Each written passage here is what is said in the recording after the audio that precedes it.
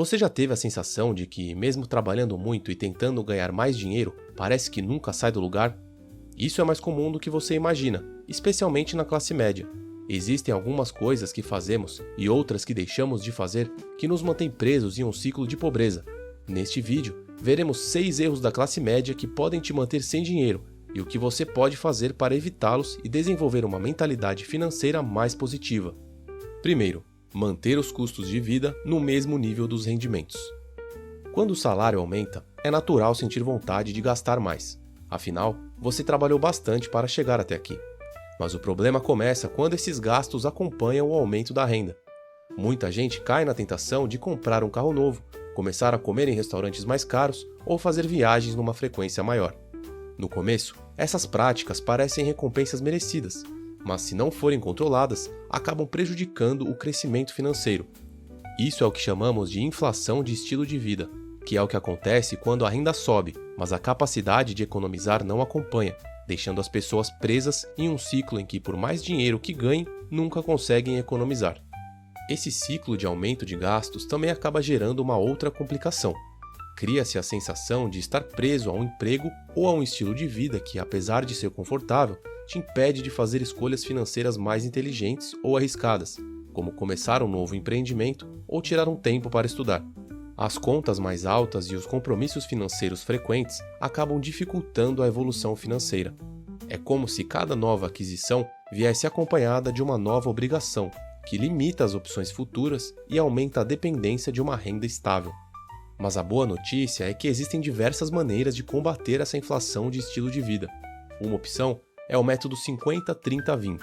Esse método funciona da seguinte forma: 50% da renda líquida deve ser destinada às necessidades essenciais, como moradia, alimentação e contas. 30% para gastos pessoais, como lazer e viagens, e 20% para investimentos. Então, para uma pessoa que ganha R$4.000 por mês, por exemplo, R$2.000 vão para as necessidades essenciais, R$1.200 vão para os gastos pessoais e R$800 para os investimentos. Manter essa proporção ajuda a garantir que, mesmo com um aumento de renda, seja possível continuar priorizando a construção de uma vida financeira equilibrada. Mas, como eu falei, essa é uma das opções que ajudam a organizar melhor as finanças pessoais. Existem muitas outras que podem se encaixar melhor ao seu estilo de vida. Segundo, não ter uma reserva de emergência. Esse é um dos principais erros financeiros que você pode ter. Uma reserva de emergência é essencial para te proteger contra imprevistos, como uma emergência médica, uma despesa inesperada com o carro ou a perda do emprego. Sem essa reserva, qualquer contratempo pode desestabilizar sua vida financeira e te forçar a fazer um empréstimo no banco com juros altos ou entrar em algum parcelamento longo no cartão de crédito. Uma reserva de emergência funciona como um seguro financeiro que dá mais tranquilidade para lidar com situações difíceis, sem precisar comprometer os objetivos de longo prazo.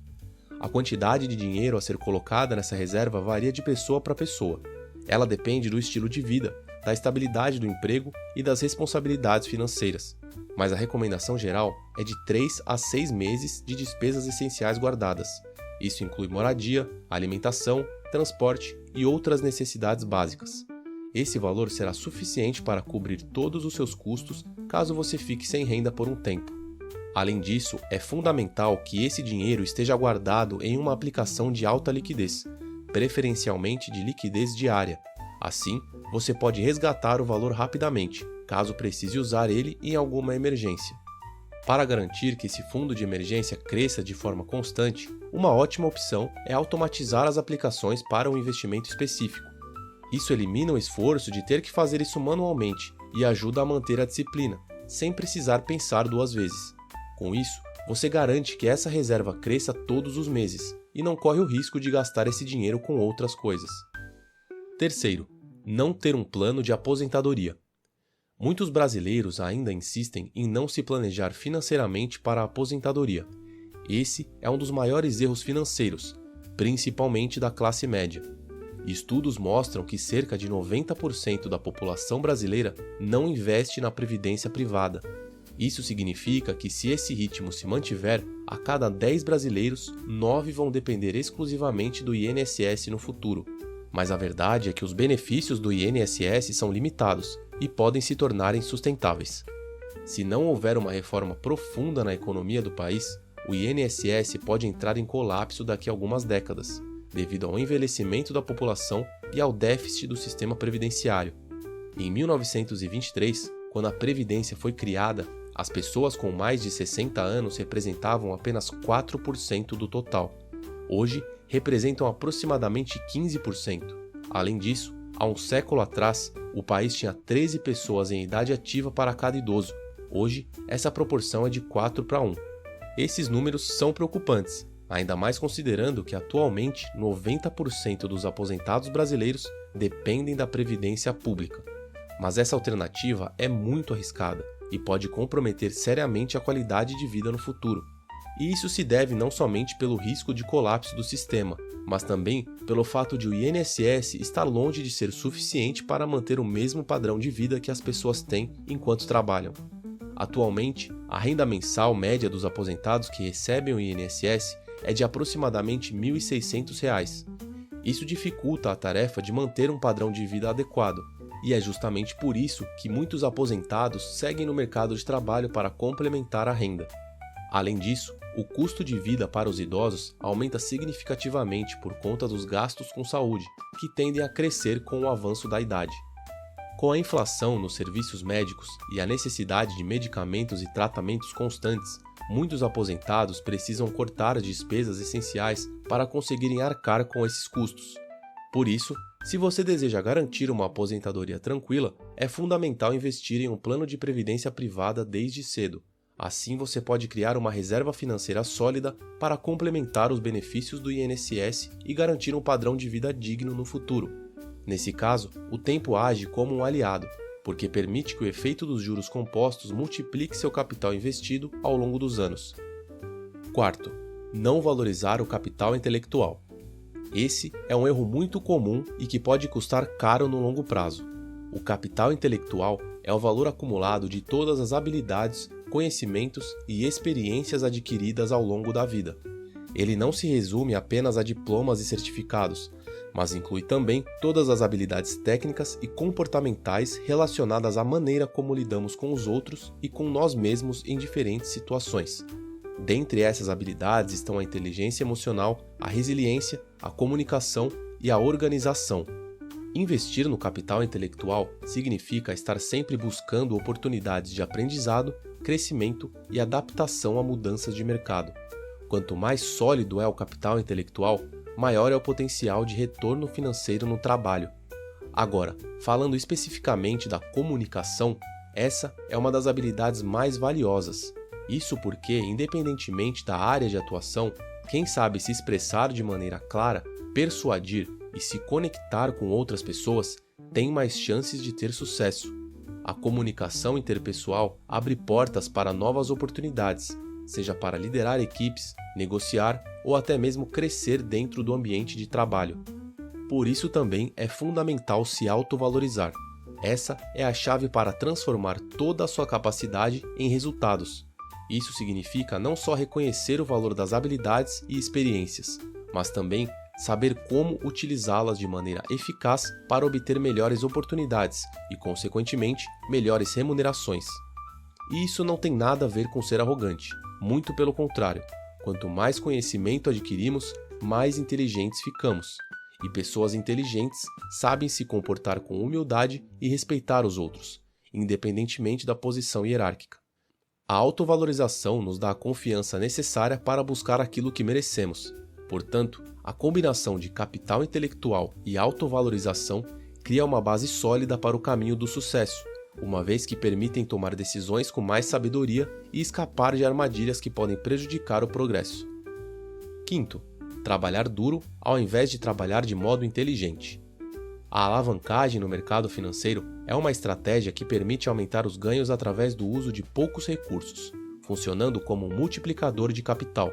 No campo profissional, ela segue a mesma lógica, pois permite maximizar os resultados com menos esforço. Ao contrário do trabalho duro, que muitas vezes se baseia em gastar mais horas e energia em tarefas repetitivas, o trabalho inteligente envolve encontrar formas de aumentar o impacto de cada ação.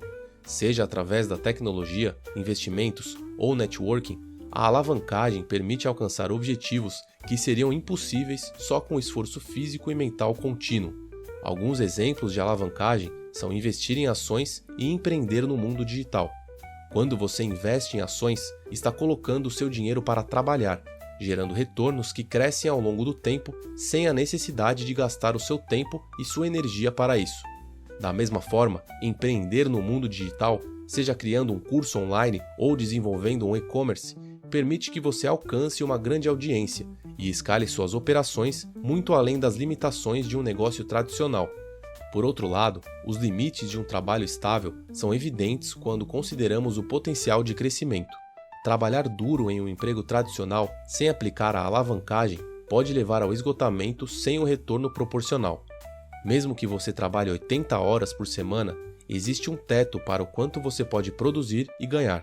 Por isso, é muito importante estudar estratégias que possibilitem aplicar essas técnicas de forma inteligente e sustentável.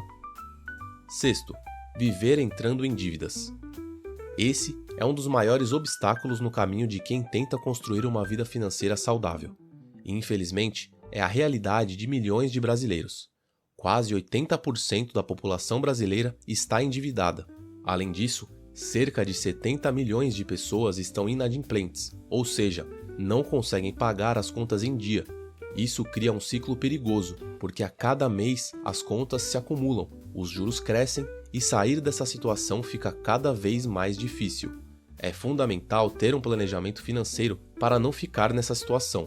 E isso começa com uma análise detalhada de todas as receitas e despesas. Com isso, já é possível identificar padrões de gastos e ver onde economizar.